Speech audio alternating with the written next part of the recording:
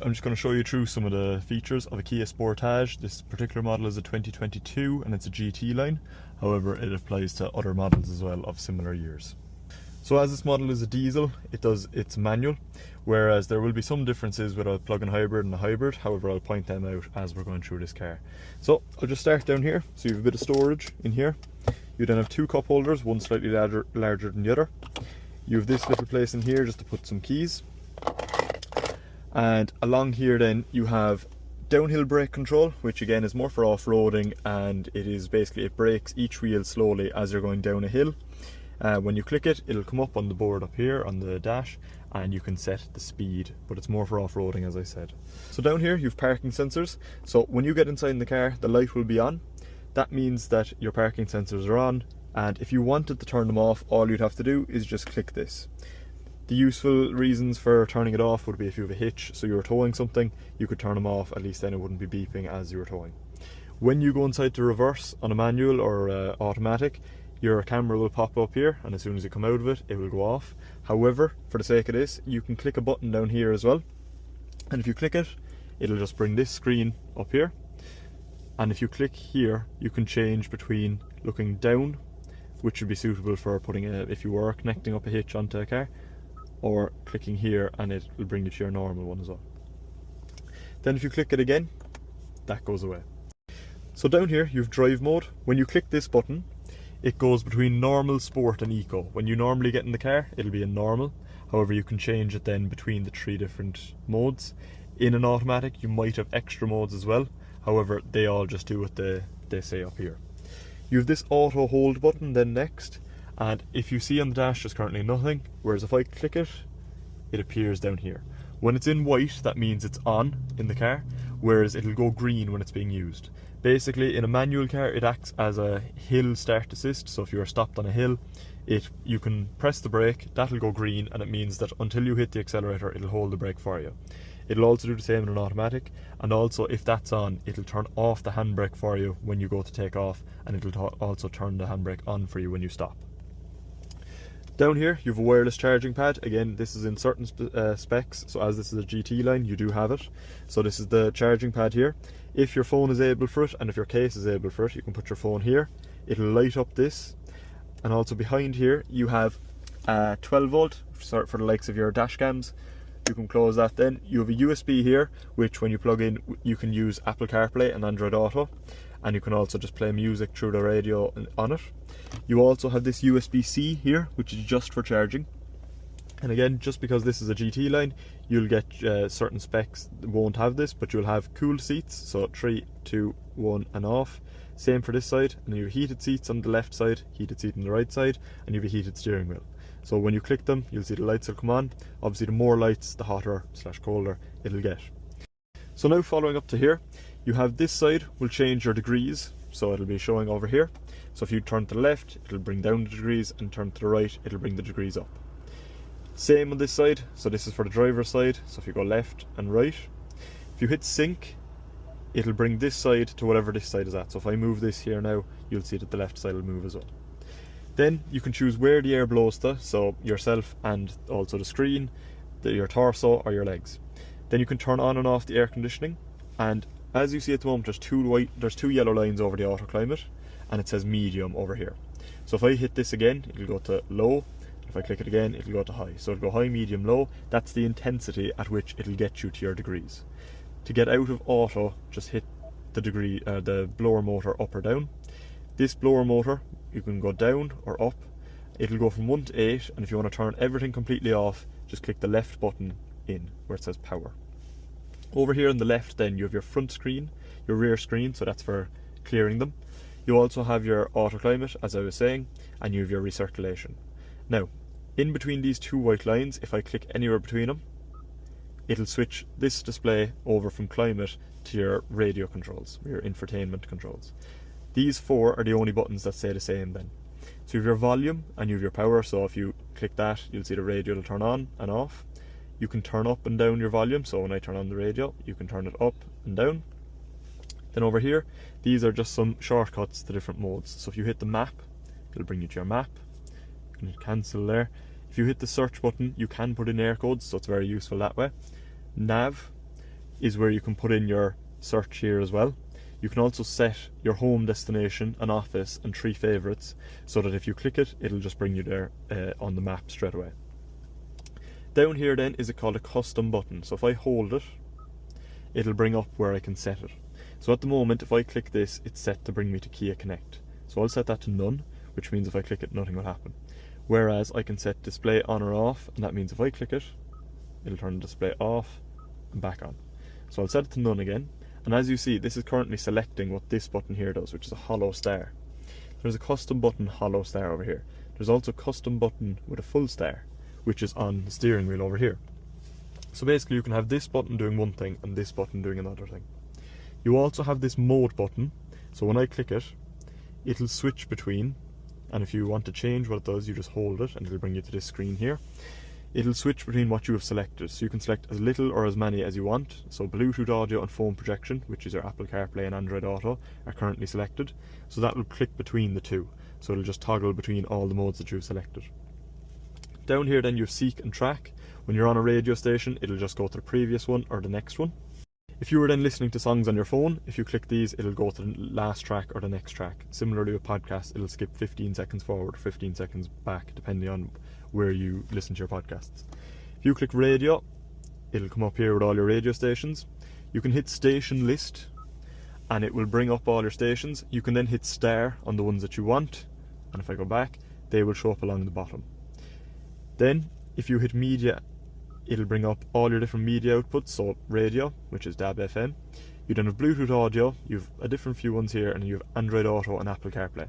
They will light up when they're available. So setup then brings you to your settings in the car. There's loads of settings in this car. The main thing is there's a search button over here, so if you're looking for something in particular, use this. However, for the first thing anyway I'll show you is if you hit setup, phone connection, and you can hit phone connections again, you can hit add new, and it'll bring it up on your phone then to search for Kia. So that will show you then you can connect your phone up to it. Once you've connected on your phone, it might ask you if you want to allow your contacts to be downloaded. That basically means that when a phone number pops up here, it knows what phone number that is. So if you have someone saved as a name, that name will pop up here. This thing here then is to switch between stations as well. So if I hit cancel here a second, if I go back to the radio, you'll see it'll change between the stations, and if you click that in, it'll select whatever station it's on. Then behind here, you'll see there is currently this light is set to 0, so there's a little arrow down there, and when that's on 0, basically nothing is happening, you have no lights. If you bring it up, I'll just skip auto for a second now. If you bring it up here, you have your side lights, so they're just on all the time. Then if you go up to the last one, it'll put on your dim lights. When that's on, you can hit that out, it'll put on your full beams, and hit it back towards yourself, it'll turn them on off again. But if I bring that arrow down to auto, that will basically, when you're getting inside in the car, if the lights need to be on, they'll be on. So it'll put on your dims when they're necessary, and it'll turn them off when they're not. You never have to go near that when you get inside in the car, it's always done. The only thing you do have to do is when it gets dark and you want your full beams, put your hand on it and hit it away from you, and you'll see this comes up with auto. Basically, that will show you if it's green, that just means your dim lights are on. It'll go blue when your full beams are on, and that's all what it's doing. It's leaving the car put on its full beams. So if a car comes towards you, it'll dip them, and if there isn't any car, it won't dip them. If you're going through a built-up area, it'll also dip them, so it's very useful that way. Now, if you push this forward, this little piece down here, sorry, I'll actually turn on the manual lights currently just to show you. So if I push this forward, you'll see the front fog light will come on. If I push it again, it'll go off. Same with the back, so push it down to turn it on, push it down to turn it off. Now I'll put that back to auto. You obviously then have your indicators here as well. And on the right side, you have an automatic wiper as well. Again, this is all due to the spec. So it's currently set at 0. So if you push this up, you'll see on the dash here, it'll show you what it's at. So it's at auto. You can then dial in how quick you want it to do it with this here. So that's what this little toggle is for. And if you go up to 1 or 2, that's at a constant speed then. So I'll just bring them down to 0. If you push it down 1, as you see, it'll just do 1 run of the wipers. On the side here, you can toggle this to 1 and 2. That's basically turning on your wiper to them speeds as well. If you push it away from you, it sprays the back window. Pull it towards you, it sprays the front window. On the steering wheel here, you'll see the top left is where you can click and you can tell it to phone such and such or change a radio station. The mode I've went through and the star. This is the same as seek and track, so it'll change stations, the same as these two buttons here. You then have your mute button here if you click this in, so if the radio is on, it'll just mute it by clicking this in. You can turn it up by hitting the up one, or down by hitting the down arrow, so you're just toggling that up or down. If you're not on a phone call and you click this, it'll bring up your phone menu as long as it's connected. If someone is phoning you and you click this, it'll answer, and if you're on a phone call with someone, you click this, it'll put the phone call down. Over here, this little piece of paper, it'll go through these 4 menus up here. So currently there's a road lit up, but there's 3 other options. So if I go through them, it goes through each of these little modes. And when it's in one of these, you can use this toggle here to go up and down through the different modes. If it asks you to hold OK to reset, all you do is you push this in and that'll reset it. Now, over here you have your cruise control. So when you're doing 100 kilometers an hour, you just hit this, it'll set your cruise control to 100, and then you can toggle it up and down like that. So you have plus and you have minus. If you wanted to stop it, then all you have to do is hit the brake ever so slightly, or click this button to pause it. Then if you wanted to go back up to that previous speed that you had set, you just click this button again and it's set. Here you have lane assist, which is on every time you get in the car. So currently you'll see this up here. It's just 2 white lines and there's a little steering or a little car in between it. If you hold this button, that will go away. Basically, you have to do it every time you get in the car if you don't want it, but what that does is when you go over a white line without indicating, it brings you back into it by like bringing the wheel like that, just slightly shaking it. It'll also make a little sound as well. Now, that's on every time you get in the car. As I done there, you hold it, it turns off. If I click it once, you'll see a steering wheel pop up. Now that's only on if you click it, so it's not on every time you get in the car, but what that does is instead of waiting for you to go outside the line or hitting the line, it keeps you in the middle of your lane. So it's called lane follow assist. Now you can click that off and then there's both of them off. So you click for the steering wheel, you hold for the car with the 2 lines. Now over here to the right you'll see a handbrake. You should never have to use that as long as your auto hold is set on. However, if you do ever have to use it, it works the same as pulling and pushing a handbrake. You pull it to put it on, you push it to put it off. All you have to remember is to put your foot on the brake while doing so. You'll know the handbrake is on by down here there's a little red icon for it. Over here you can turn off your traction control if you wanted to. You can turn off the start stop, which is when you stop at a junction that it'll turn off the car for a few seconds to save fuel, and as soon as you clutch it again in an automatic or in a manual, or if you hit the accelerator, it'll turn it on. So you can click that and you'll see it disappears from up here. So if I click it again, it comes back up. You then have the hold button here. Again, this is due to the spec of the car. If I hold this button, it'll open up the automatic tailgate, and if I hold it again, it'll close it. Again, due to the spec, you have memory seats in a GT line. So you have 1 and 2 here. If I hold 2, it will set it, so setting 2 saved, and if this seat was wrong then, if I got inside the car, if I click it, it'll bring me back to where I am now. You can set 2 different ones by holding each one, and then when you want to go back to that setting, you just click it once.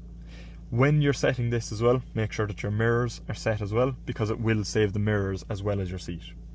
Now, getting onto the mirrors, you'll see this little plastic thing sticking up. If you hit that to the right or the left, that's selecting which mirror you're looking at, and then you can move it up or down. So if I select the right mirror, you'll see it's moving over and back based on the arrows here. You then have this button here, which I click it folds in the mirrors. Click it again and it folds out the mirrors. These will fold in when you lock the car, and they'll fold out when you unlock the car. The car will lock itself when you go above 10 kilometers an hour, however you can change that in the settings. You then have your lock button here and your unlock button here. You have your 4 window switches. This button back here, if I click it, it'll basically make the back window switches not work. So you can still use your ones in the front, but if they're clicked on the back, your back window switches don't work. You then have up here, if you click the actual light itself, the light will come on. Same for over here. If you hit this button, all the lights in the car will come on. And then if you have this clicked, it means when I open the door, the lights will come on. Whereas if this wasn't clicked, the lights won't come on then when you get in it. You have your SOS here, which when you click it will call the emergency services. And on the backs of each seat, you'll see there's a USB-C on this side as well. So you have one on the passenger side, you have one on the driver's side. You also have your ISOFIX points on both corner seats. And because of the spec of this car again, you will have your heated seat, which 2, 1 and off. However, certain specs won't have that. Other than that, depending on the year of your car, you might still have Kia Assist left, which means there's a sticker over here that you can phone. So thanks for listening, and hopefully that answered any questions on your Kia Sportage.